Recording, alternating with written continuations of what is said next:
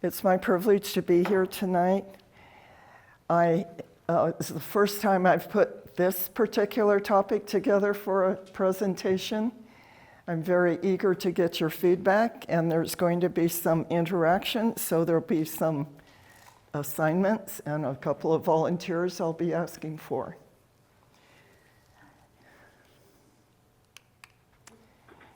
Every couple leaves a legacy. This is my parents. I'm the little blonde sitting between mom and dad.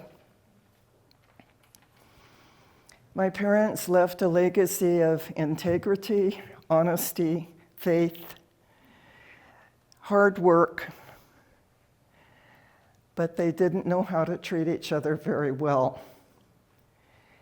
And by the time I was 3 or 4 years old, my decision was, I'm going to have a happier, more loving marriage than I see in my parents. That set the trajectory of my life. What I didn't realize was the years from then until I'd actually have the skills that gave me the happier, loving marriage that I wanted. We're all leaving a legacy. The interesting thing that I still find amazing is by the time I was just a couple years older than that picture on the right, I saw myself writing books to help other couples have happy relationships. I was about 45 when I published my first book. It took that long for me to have anything worth writing about.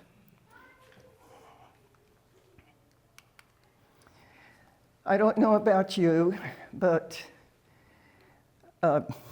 history in brief, I married young, had 2 baby boys, and my first husband unexpectedly died while playing softball one night of an aortic aneurysm we didn't know he had. So for 13 years, starting with 2 boys at the age of 8 months and 2 years, I was a single mom. Then a mutual friend introduced Jim and me. He was a widower with 3 children. We were so excited to find love again, and so sure that we were older, we'd been through a lot, we could handle anything. But we were blindsided by the very unique challenges and dynamics of step-families. Are any of you in a step-family or formed a step-family? One? Okay, that's unusual, because today there are more step-families than nuclear marriages in our country. We thought that love and commitment were all we needed to have a happy, successful, lasting marriage. But love and commitment are like 2 legs on a 3-legged stool. If you've got a 3-legged stool and 1 leg is broken, I don't recommend trying to sit on it. It won't support a marriage over a lifetime. The 3rd leg is respect. The statistics tell us that the couples who go the distance with their marriage know how to manage conflict with respect for each other. It's when couples don't know how to manage conflict that the relationship begins to unravel. There's emotional distance between you, unresolved issues that are frustrating. Jim and I only had 1 issue, but it was a big one that we both thought was pretty important. What started out as small disagreements over time, because of our frustration, turned into fights, verbal fights. Most marriages start out with love and commitment, and many of us might go back and forth between respectful behavior and disrespectful behavior. But the more time you spend on the disrespect side of this journey, the more apt you are to end up with a marriage that's very unhappy. You're unhappy with the marriage, you're unhappy with your partner, You probably are unhappy with yourself. The more time you spend on the respectful side, the happier you're going to be with your relationship, and the happier you are probably going to be with yourself as well. So how do you act respectful when you're triggered, when you're mad, when you can't agree? That was the dilemma that Jim and I had. But we kept thinking, we're adults, we're grown-ups. We should be able to fix this. But the more we tried, the more frustrated we got. Until finally, we were unhappy enough and mad enough at each other that we looked for help. You have this quiz that was designed to go in our first book. Our first book was called How to Stay Married and Love It. We wanted to stay married like our parents had, but we wanted to love it more than it looked like they did. My favorite when I was mad at Jim was sarcastic put-downs. I'm really good with words. I knew how to cut him. And if he didn't hear me, or even more important, if he didn't agree with me, I would just say it louder. I became a yeller, which I hated. Until finally Jim was saying to me, Nancy, the louder you yell, the less I can hear you. He was exactly right. But of course, he had a few favorites too. His favorite was the finger-pointing accusatory you. You should have. Why didn't you know? I can't believe you didn't. That didn't go over very well with me either. And then there were times when he just acted like, poor me, I can't do anything right. No matter what I do, it's not good enough. That stops any attempt to resolve an issue when one of your partners goes into the poor me act. Our coach, when we finally got humble enough to look for help, it took us almost a year to find effective help. We went to 3 different therapists, we read books, we listened to tapes. We were diligently looking for help. We finally found a coach that taught us something so pivotal. The way we were delivering our messages to each other felt attacking to the receiver, creating defensiveness, escalating into fights. But she taught us that you can deliver any message using non-attacking, non-judgmental language, and it's so much easier for the listener to hear. So it's examples like, I really think this isn't working, or I feel abandoned when you walk away from a fight without resolution or telling me where you're going or when you're going to come back. I wish that we could resolve this, not only for our sakes, but for our children. My concern is, as I remember it from my perspective, do you hear how respectful the delivery is of those messages? Well, the first time we sat down to talk about our hot issue using respectful language, it didn't look very pretty. It wasn't polished. We had to stop and start and redo because we were both having to translate our old ways of speaking to each other into this new language. But we made it through 40 minutes without it escalating into a fight for the first time, literally, in years. It felt like a miracle. We were exhausted from the effort of translating, so we agreed to set it aside for that day. We stood and I stepped into Jim's open arms, and he said, "That felt so respectful. Let's do our best to always treat each other with respect." I agreed.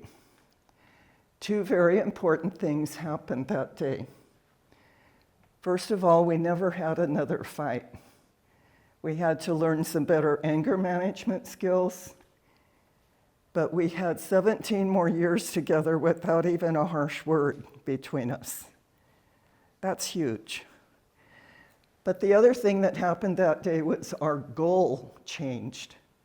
You see, before that, my goal was to prove to Jim that he was wrong and I was right. Between you and me, that was true. But he had the same goal for me.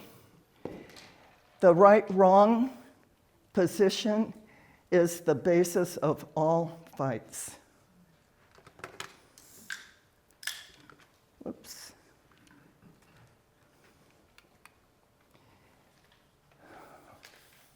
We weren't the only ones suffering in this family. Our children were suffering, particularly because our particular issue had to do with very different parenting styles. Jim was very permissive, very easygoing, wonderful at loving his children, but he wasn't good at setting any kind of rule and following through. And I was used to raising two rambunctious boys on my own, and I had a lot of affection and love for them, but I also had certain rules and consequences. So Jim and I would agree on a rule for particularly his 8 or 9-year-old son, and he would agree that I could follow through with consequences when he was gone. He would get home and Jimmy would be upset, crying, mad that Mom was so mean. And Jim would take Jimmy's side against me. That might be happening in some of your homes where you disagree so you don't back each other up. Jimmy was the one that suffered the most. Jim and I were certainly in pain from all our fighting. But what was Jimmy learning from this experience? Can you guess? Anyone want to take a stab at it? You could play your parents off of each other. Pardon? You could play your parents off of each other. He could play us against each other to get what was most advantageous in his mind. So he became a great manipulator, which certainly was not Jim's intention. That wasn't a lesson he meant to be teaching. But that was what Jimmy learned. So by the time Jimmy was 16, 17, Jim finally realized he needed to set better boundaries and enforce consequences. And by that time, Jimmy would have none of it. He moved out before he was 18 and got in a lot of trouble and paid a very high price, because he didn't learn that when you break laws, you pay the consequences.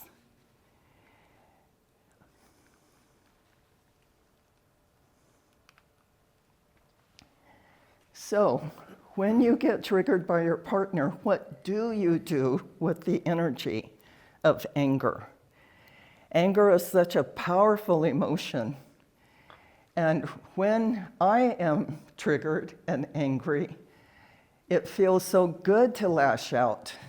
You know, in that moment, I want to hurt my partner. So our coach taught me that between the triggering event and either a respectful response or a disrespectful reaction, there's a gap. What is in the gap? Guess. Silence helps. That's part of it. I had to clamp my mouth shut. What else? Choice. Thank you. Choice. That's where choice comes in. And when our coach first told me that I could choose how I reacted or responded, I said, no way. You know, I get triggered and I react so fast, there's no time to make a choice. So she told me, slow the action down, like turning a movie on slow motion. So the next time Jim did something that triggered my anger, I clamped my mouth shut, took a deep breath, and created this space, which is choice. Now, what is it that I can choose if I'm too angry to speak respectfully to Jim? Here's where another big piece fell into place for us. There are rules for a good timeout, and there are bad timeouts that make the situation even worse. Jim used to think, because this was his parents' pattern, that when we were angry and fighting, he would just leave, slam the door, get in the car, drive away, like his dad did. And he thought when he got back home in a couple hours, I would be calmed down. I was more angry. My first husband left home one night, dropped dead, and never came back. So when Jim walked out the door without telling me where he was going or when he would come back, it was like PTSD being aggravated in me. I would panic and be much more angry when he returned. So our coach told him, when you're too angry to be respectful, go to Nancy and say, I love you, I'm not going to leave you, I need to calm down, I'll be back in an hour. That was all I needed, just reassurance that he was coming back. And then the important part to that equation is to come back when you say you will. Don't just hope that it goes away and refuse to address the issue. So here's a few behaviors that will help you drain the energy of anger out of your body. If you tend to stuff anger, it's going to hurt your body. A lot of illnesses, in my opinion, are created by anger being stuffed. It literally changes the chemistry of your body. So I would, when I needed a timeout, I would write every nasty thing I was thinking about Jim in my journal. He didn't like any of these. So he bought a little mini cassette recorder, and when he was too angry to be respectful, he would drive to a nearby park in the corner where no one could hear him, turn it on, and bawl me out good. And then he would rewind and listen. Oh yeah, and furthermore, and he would add more. Until finally, when he listened, it started to sound humorous to him. Then he knew he was ready to come home and talk about the issue respectfully. We had an agreement. He would never read my journals. I would never listen to his tapes. Of course, we have them on our phones now, the tape recorders.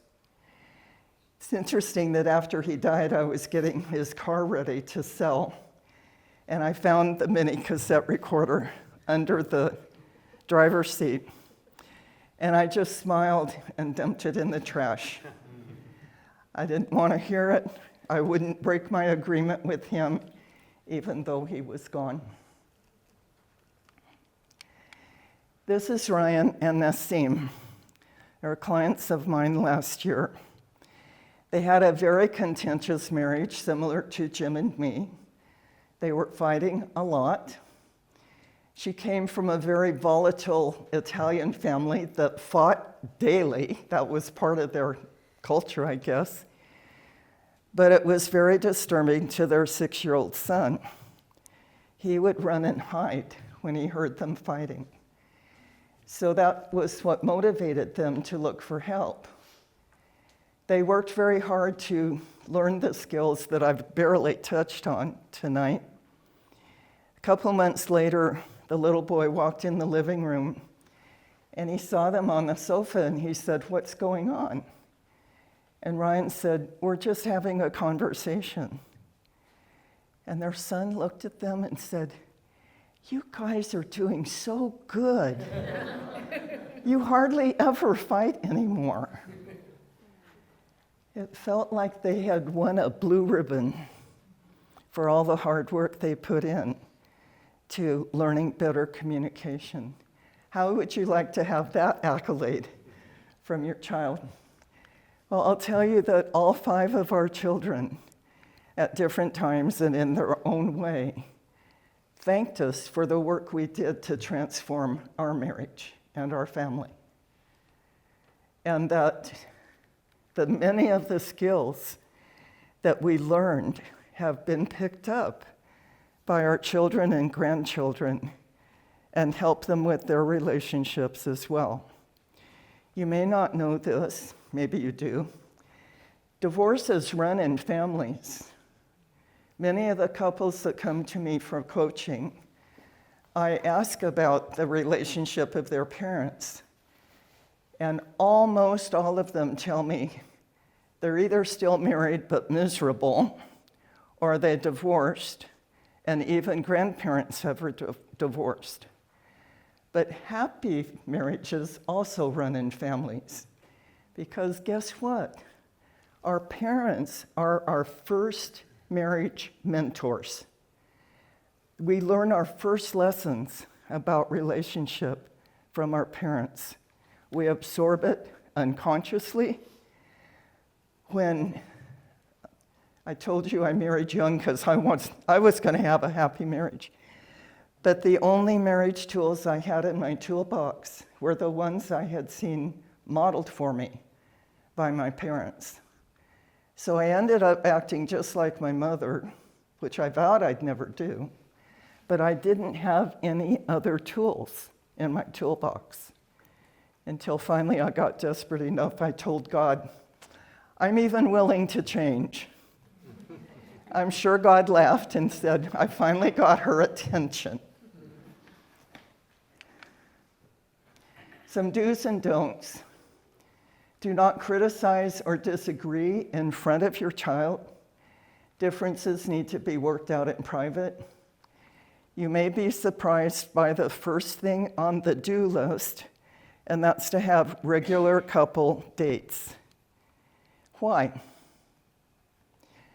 Most couples, when they have children are like puppies. They demand attention. You can't ignore them.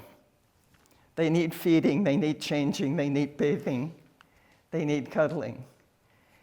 And so many of the couples that I work with have neglected their relationship because they're trying so hard to be a good parent. The best thing you can do for your children is to demonstrate a happy, loving marriage to them. The source of your child's security is the energy, the good energy between mom and dad. And when there isn't good energy, they feel it. They may not be able to describe it. They might not be able to verbalize to you how it's affecting them. When I was 3 and was already hurting because of the bickering going on with mom and dad, I didn't have the words to describe it, but I felt the feeling. Recently, I read a book of a doctor that has studied trauma in children for many years, and he said that children as young as 2 weeks old feel the energy in the household, if it's traumatic, if it's chaotic, if it's contentious, versus calm and loving. What book is that? Pardon? What book is that? It's a book by Oprah Winfrey and Dr. Somebody, and it's called What Happened to You. It's fascinating. I listened to the audio version of it, and I have a hard time listening to nonfiction books except the ones I wrote. But that book I couldn't put down. It was so fascinating. Present a united front and back each other up. Zach and Stacy came to me early this year. Stacy was so angry, she had like a 3-page list of things she was mad about. And she would not let me open my mouth until she read the entire list. And I just thought, good for you, get it all out here. Well, over the next few months, they began to communicate better. And one of the issues they had was Zach had kind of disconnected himself from the marriage or from parenting their son because he was afraid of triggering Stacy's anger. After a few months of working on better skills, he discovered that they could talk about anything. He was actually free to bring up an issue and talk about it without it turning into a fight. They didn't quite know how to handle their 16 or 17-year-old son. She had done most of the parenting until I gave them the assignment of reading my book called Pungent Boundaries, about the lessons I learned from my son, one of my sons. Anyway, they agreed together on some rules and consequences. They agreed that they would enforce the rules together. They would back each other up. A few weeks later, their 17-year-old son looked at Stacy and said, "What's going on? You don't have my back anymore." When they told me that, I just laughed. He was seeing a united front for the first time in his life. And they were parenting together for the first time in a very long time. I interviewed them recently on Zoom. It was really fun to hear 6 months later all the benefits that they're still experiencing from what they learned and keep practicing. Because a questionnaire that Oshik sent out, you said that you want ideas about parenting teenagers. Raise your hand if that's true for you. Okay, roughly half. Well, when Stephen, my eldest, was about 16, 17, he was in love with Camaros. And we had a half-acre lot, and he bought 2 junker Camaros and cannibalized one of them to try to get the other one running, which it never quite did. But those junk cars had been sitting in our backyard for months, and I had lectured, which doesn't work. I'd been angry, which doesn't work. I'd reminded, I'd made him promise, and the promises never happened, which made me even more angry. Finally, one day I said, "Steve, when is the earliest you can have those junkers out of our yard?" "Sunday." "What time Sunday?" "Nail it down." 3 o'clock. "Okay, if they're still in the backyard at 3 o'clock, I'm calling a wrecker to come and haul them away." "Okay, Mom, no problem." Sunday morning, he came to me and he said, "I'm so sorry, Mom. I can't move the cars because my friend here and I have made plans for the day." No argument, no anger. "Sorry, Steve, that wasn't our agreement. So at 3 o'clock, the wrecker will come if they are still in the backyard." He hustled around, borrowed a friend's trailer, got them out of the yard by 3 o'clock. There's magic to boundaries with clear consequences. Even very young children, if you think you're teaching them by lecturing, you're wrong. You're only creating resentment from your lectures. If you were to give 2 or 3 simple rules to a 2-year-old with appropriate, age-appropriate consequences, they will learn very quickly. As children get older, you add a few more rules, appropriate consequences. So some friends of mine, when they married, it was a step family. She had 2 teenagers, and she and her new husband agreed on the house rules that were important to them.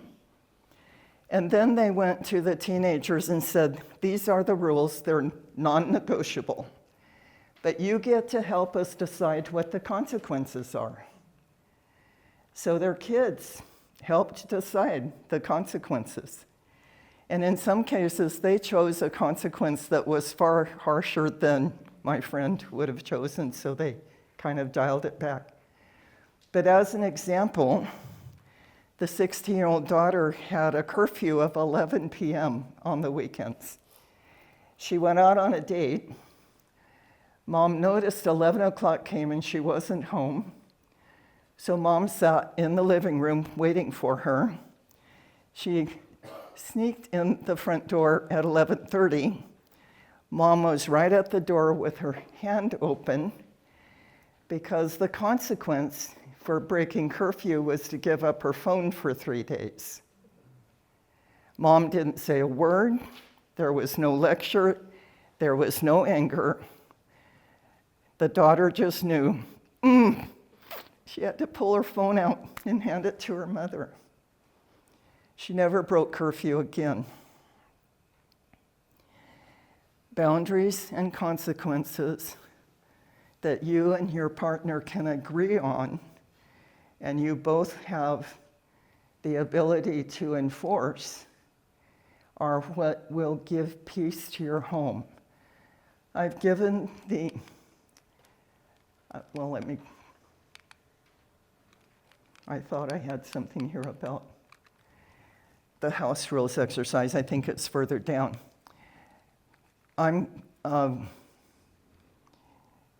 House rules are something that the 2 of you agree on, and you agree on the consequences, and you enforce the consequences without emotion, just cut and dry. It's like a cop stopping you for a speeding ticket. Arguing won't get you anywhere. It's just a ticket. You might as well shut up and get ready to pay it. When you enforce consequences with your children, it needs to be that non-emotional, no anger, no resentment, just sorry. There's the list of the house rules. In one case, a couple posted them to their refrigerator. They called them the refrigerator rules. So they're there for everyone to see very clearly. And as I said, this works for small, medium, big children. The exercise is to agree on the rules that you think are the most essential for your child to learn, and that you're willing to back each other up in enforcing them. We're going to do an exercise in a minute that will help those of you who have trouble agreeing on parenting rules. I'm going to give you one other example. Stephen was, my oldest son, was one of my most profound teachers in life. I learned more being his mother than I thought I needed to know. When he was an adult, he became very ill. He couldn't work anymore. He came home to live with us. And he brought his motorcycle parts, his tools, all kinds of stuff that filled our garage. And all I wanted was just room to get to the washer and dryer and my gardening tools on one wall. And the other wall had my workbench and cans of paint and stuff that was mine. So I reminded, I lectured, I tripped over his tools. I felt used and abused. And finally I got smart and got a roll of masking tape and a yardstick and mapped out a 3-foot wide sidewalk in front of the washer dryer and another sidewalk in front of my things. And I said to Steve, "Do you see the masking tape?" "Yeah." "Well, Steve, anytime I find anything of yours on my side of the masking tape, it's going in the trash. You get it?" "Sure, Mom, no problem." A couple days later, I went out to do the laundry, and there was a motorcycle engine on the washing machine. And I thought, he knew the boundary, he knew the consequence. I'm not going to waste time reminding him or giving him a guilt trip because he didn't follow the rule. I just put the engine in the trash. And unfortunately, the trash man didn't come in the next couple of days. But Steve finally came in and said, "Do you know where my motorcycle engine is?" "Yes, I found it on the washer. It's in the trash." He didn't even argue.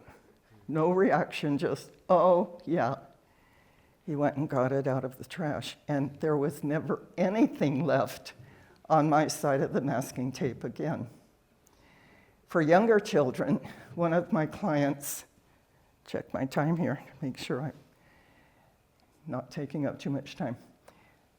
She was frustrated with her 3 boys from about 8 to 14 that were just leave junk all over the house, drop their shoes, drop their backpack, leave dirty dishes. And she lectured and was angry and bawled them out, and nothing helped until she got a 5-gallon bucket from Home Depot, one for each child, wrote their name on it, put them in the garage. Anytime she had to pick up anything that they dropped, it went in the bucket in the garage with their name on it. Then if they were missing shoes or baseball glove or whatever, they knew where to find it. It was in the garage with their name on the bucket. Thought that was pretty clever. Okay, we're going to do this exercise. If you are here with your partner, do it with your partner. If you're not here with a partner, raise your hand, find someone else whose hand is raised, and move around until you have a partner as quickly as you can, and then I'll demonstrate this exercise.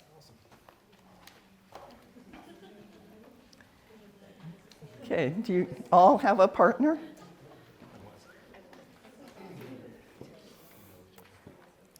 Is anyone else needing a partner? Okay. So I'm going to be both the speaker and the listener for just a minute. The speaker, partner number 1, fills in the sentence stem. When my parents argued in front of me, I felt so much pain. Partner number 2 repeats back. So when your parents argued, it really upset you. Yes. That's why I want to be careful not to argue in front of our children. So that left such an impact on you that you're determined that we not argue in front of our children. I believe the benefit to our child will be a greater sense of security when our child sees mom and dad working together, not against each other. So you want our child to feel more secure than you did as a child. Okay. If we did it this way, I would feel so relieved that we're doing the best job we can for our children. And partner number 2 repeats it back, and then you trade roles. Okay? Each partner will have 1 minute, so don't go into a long story. Just a simple sentence or 2 for each statement. And to save you trying to figure out who's going to go first, I'll choose for you. The youngest one of you goes first. Listening and repeating back is one of the most powerful communication skills you can have in your toolbox. It's magic. What else did any of you learn or experience?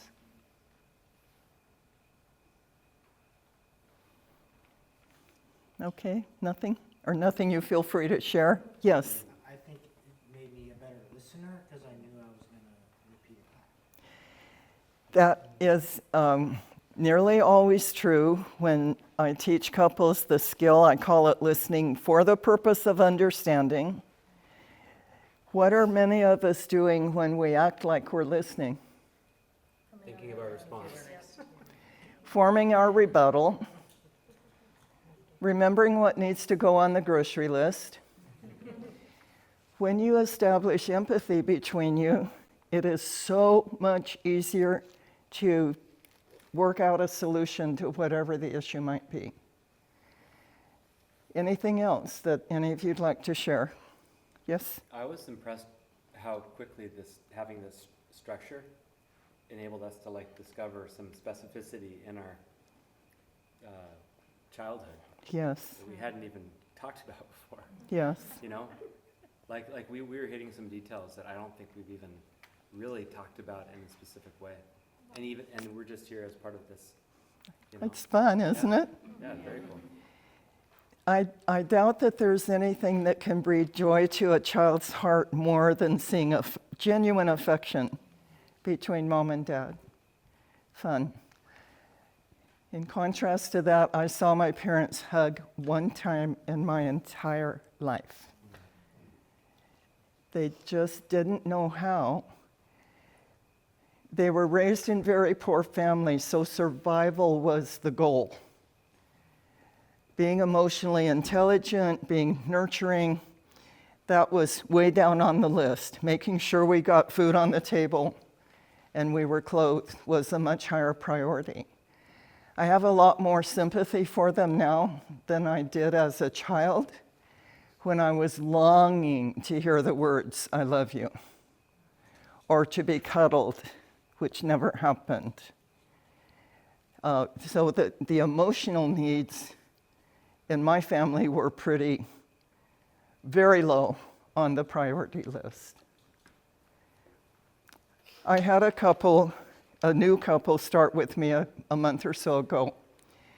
And I was practicing with them what's called a skilled discussion, which is taking turns speaking while the other one repeats back and eventually trading places.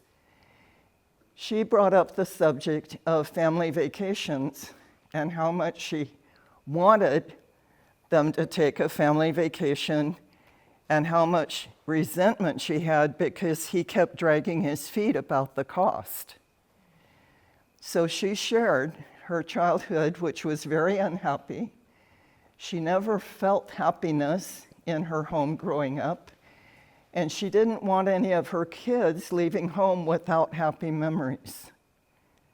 So one of the ways that she wanted to facilitate happy family times was to go on a family vacation. He listened, was repeating back what she said, and gradually had more empathy. Even though he knew the facts of her childhood, he didn't understand the depth of the feeling and the need.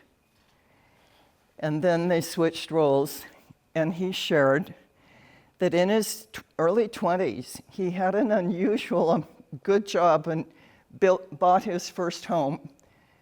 A couple years later, the market crashed. He lost his job. The house went into foreclosure, and he was deeply in debt that took him years to dig out of. And he is so nervous about ever letting that happen again that his priority is savings. And she knew the facts, but she didn't realize how deeply it had wounded him. By the time they finished, each of them sharing, they had so much empathy for each other that they came up with a plan that she would map out 3 different things they could do as a family before this summer was over. And she would have the cost of all 3 things, and he would get to choose what they would do based on what cost he was comfortable with. They took all 3 children for 2 days to Disneyland about a month ago, had a blast, spent the amount of money that he was comfortable with and that they had agreed on, because they finally were able to put each other in the other's shoes and feel the feelings, not just understand the facts. That's the magic of this. I've had one couple that they actually had divorced. They each were seeing their own therapist. They stayed in touch because they liked each other. She just couldn't live with him. They signed up for a coaching package with me. And after about the 6th or 7th session, they remarried. Because they finally had confidence that they had the tools they needed to make the marriage work for them, and they were a step family for their children as well. One of the things I hope you are conscious of teaching your children is emotional literacy. The way I define that is that the kids understand that there are no bad emotions. Every emotion we're given for a purpose. It's what we do with that emotion that can be bad or good. And not all behaviors are acceptable. My son Peter, when my granddaughter was about 16, she was bratty, and one day she was just being snotty to everyone in the family. And he finally went nose to nose with her, and he said, "You may not be able to help how you feel, but you can help how you act. Go to your room until you can treat all of us with more respect." I thought, yay, Peter. Yay, Peter. This is an exercise that I've given many couples to use with their children. After we do the exercise, or I demonstrate it, I'll tell you some of the effects that it's had on clients and their children. I need a volunteer. You won't have to say anything embarrassing. Thank you. And your name? It's Emily. Emily. I love the name. Thank you. So, Emily, you can make up the answers. It doesn't have to be real. So when you came in the door today, it seemed like you were kind of agitated. I'm wondering if you're willing to do a little exercise with me. Okay. What are you mad about? I was feeling uncomfortable about the way bedtime was going, and I just had to leave the house. What else are you mad about? Trying to balance my life. And I would keep asking that question until Emily says, "I can't think of anything else I'm mad about." What are you sad about? The political state of our country. What else are you sad about? The state of the environment. Okay, and I'd keep asking that until she can't think of anything else. So what are you anxious about or afraid of? I'm anxious about the future. Because she used the word anxious instead of afraid, I'm going to use that back. What else are you anxious about?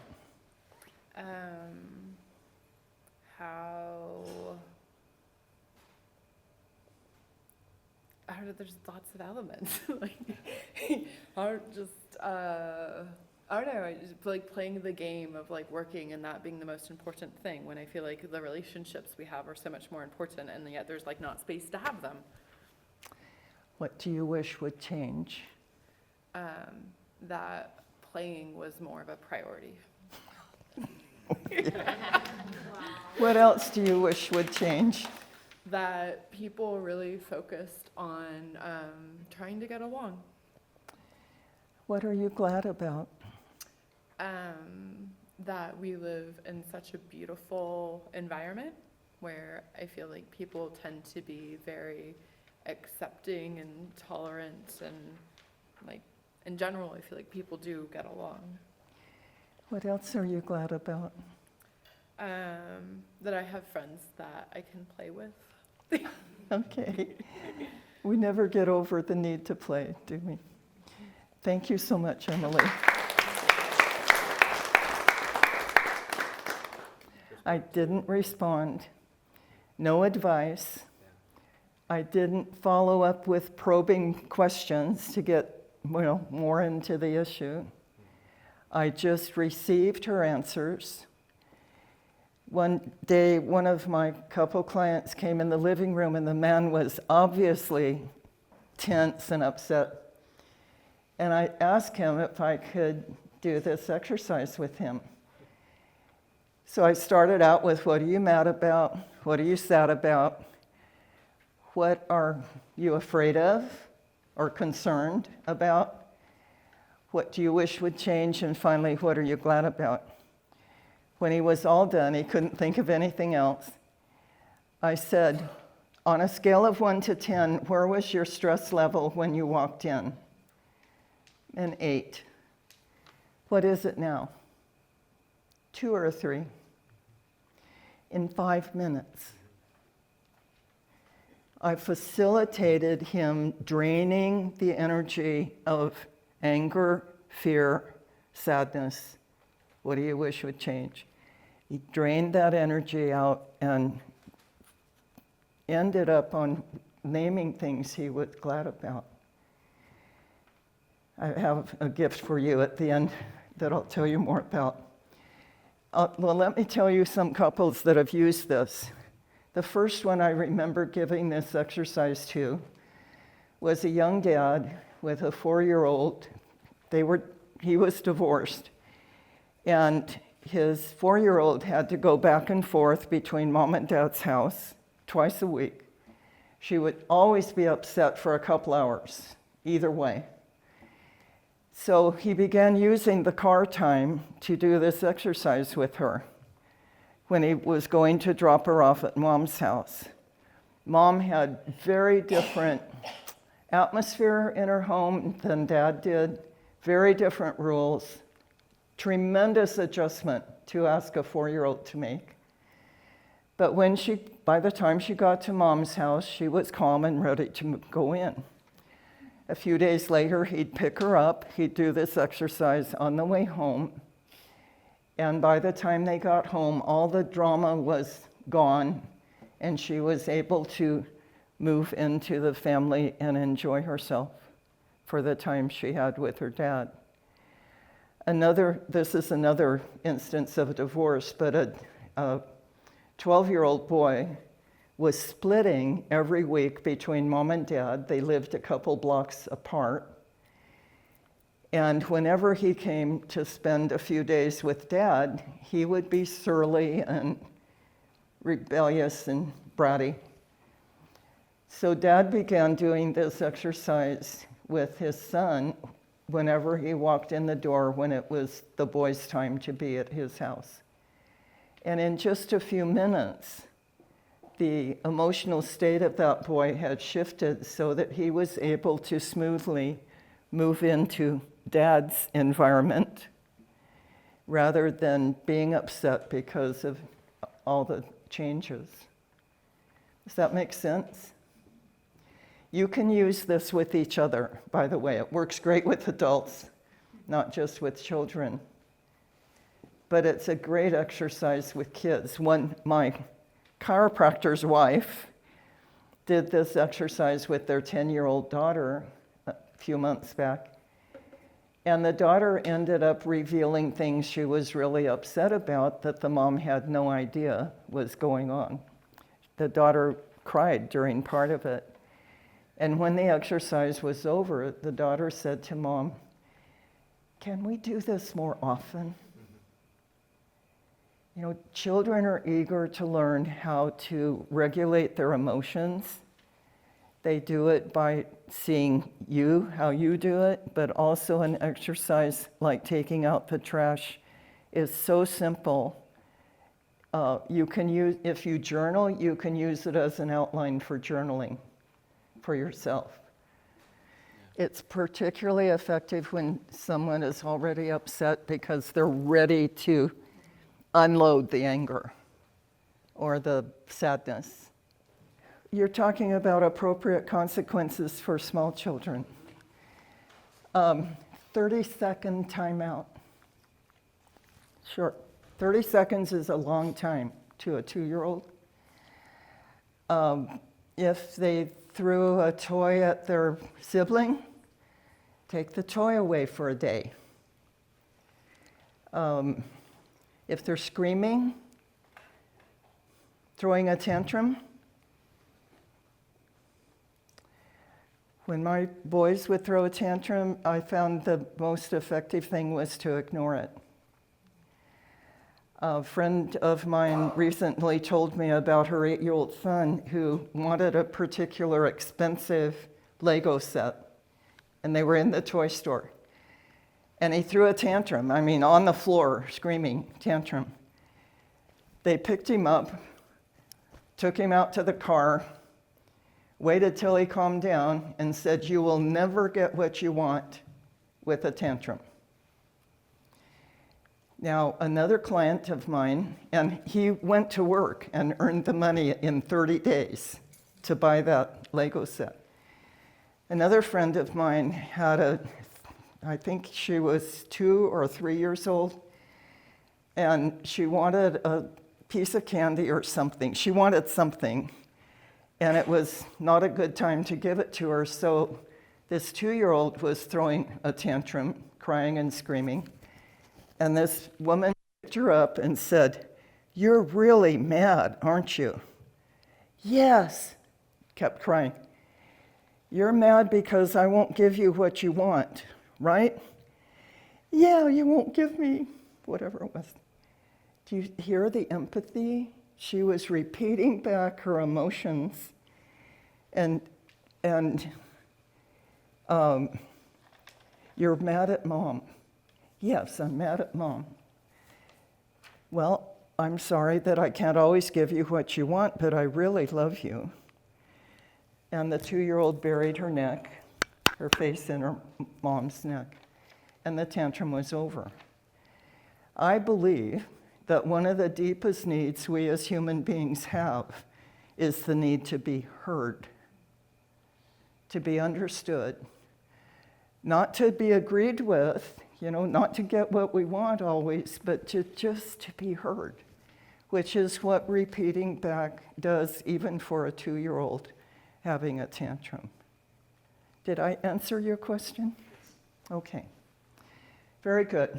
So house rules, I've already talked about. Everywhere in life that we go, there are rules and consequences. Every game that's played, every sport, every teacher that hands out an assignment, there's a consequence if you don't turn it in. If you get a ticket, there's a consequence. The judge isn't going to care whether you were tired or distracted. You still have to pay the ticket. So house rules is an exercise. If I get your email, I will send to you. Instructions for house rules to take the drama out of discipline. You will also get the exercise taking out the trash. That didn't originate with me. On the page that you'll get, if there's a reference of where I got permission to use it. The communication inventory that you got tonight, the respect diagram, and you get $100 off the Millionaire Marriage Club, which is my online course that teaches all the communication and conflict management skills that I have barely touched on tonight. Like Jim and me, you are creating the marriage and parenting legacy for your child. It's happening day by day. Like Jim and me, you will certainly not be perfect. I've never met a perfect parent. I don't want to meet a perfect parent, frankly. But keep learning, growing, and to the best of your ability, be conscious of what your children are actually learning from you. You've been a great audience. Thank you so much.